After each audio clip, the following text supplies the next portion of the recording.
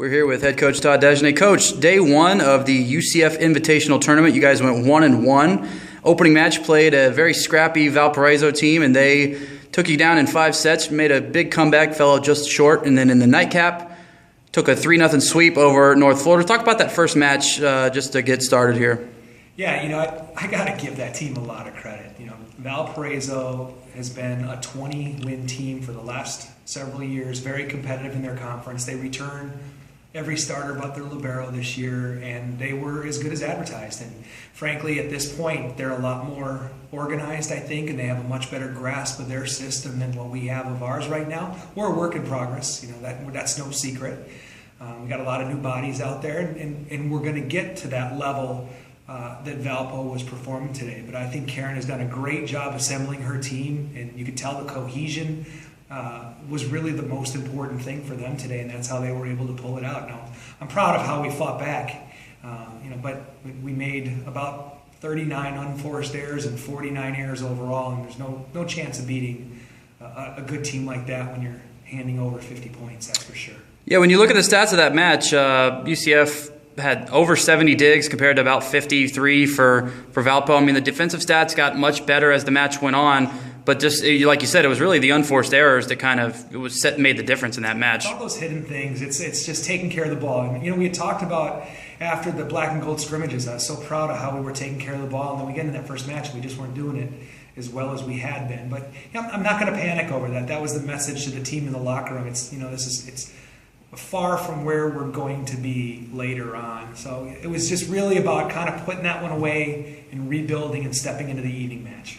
So you guys had a couple hours off, came back, played in-state rival North Florida in the second match, the final match of the day, and it seemed like the defensive intensity was a lot greater from the opening tap, and it just seemed like that those hidden things, those errors were much lower. Talk about that match a little bit. Yeah, there's no doubt. I mean, our hitting errors were 5-5-1, so we had 11 hitting errors, 2 serving errors, and what's that? That's like 13 errors right there. That's it, compared to 50 in the first match. So that's a big difference, And Steve is rebuilding that program. He's going to do a good job there, and you can already tell that they're pretty well organized. They have an idea what they want to do, but a lot like us, they made some unforced errors, and we were really able to capitalize on it.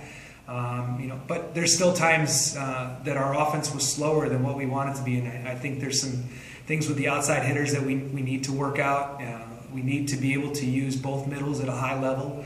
Obviously, we're using Dagenais at a pretty high level today. She probably had a career match. Yeah, we'll go into individuals here. Dagenais starting in the second match, 18 kills on 22 swings, no errors. Pretty much one of her career matches, ranks right up there with the match she had last season.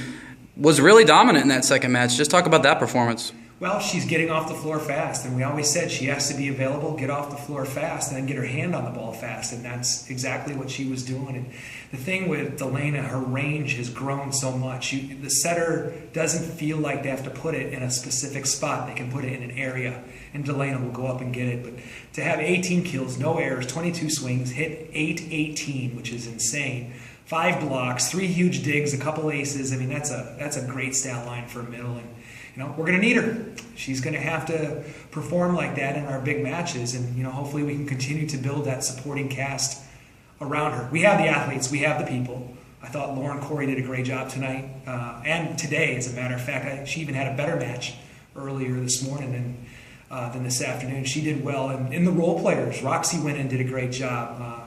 Danny Jenkins went in and did a great job. So the role players all went in and did their part, and I think that was a big difference between the first match and the second match. Well, Coach, day one's in the books. You got 2 matches tomorrow, beginning at 3:30 and 7:30. What do you think about tomorrow's action coming up? We're going to get up in the office right now. I don't know what time it is right now, but the coaches are about to head upstairs, begin breaking down this film and breaking down the film for tomorrow, and do our rotation tapes and our game planning, get a few hours of sleep, and come back and do it all over again. We got a lot of work to do. We have a lot of respect for both these teams, and again, it's another opportunity for us to get better, and that's what we have to do. We have to make every opportunity count. Changing gears for a second, I want you to talk about the student section tonight. They were great. I know you've really, really embraced the idea of the gauntlet and the nightmare really becoming a fixture, and I thought it was great the little wrinkle you tossed in at the end with the fight song and the team huddle, including the fans. Well, the deal is this. I mean, if we really want to be a major athletic department, And that means all sports. That's not just football, basketball, baseball. I mean, that's everybody. Soccers and softballs and tracks. And if we're all going to be a major sports, the students are such a big part of that. Student sections are alive and well in places with great athletic departments. And I think the students are doing a great job of taking charge of their own destiny and showing up. I mean, the football game was one of the best atmospheres, I've been in since I've been here at UCF, and it was just really a lot of fun to be there. And then to see, that many students show up and go in the end zone and they're crazy, and we need that. We need that every single match. We need that kind of atmosphere. We need the band there. We need the cheer there. We need the spirit there. We need the whole nightmare experience. And that's really, these guys that were here today, is kind of the seed of what's going to hopefully grow into a great student section. Well, Coach, we're looking forward to seeing them tomorrow and seeing the team back in action. All right. Thanks, Andrew.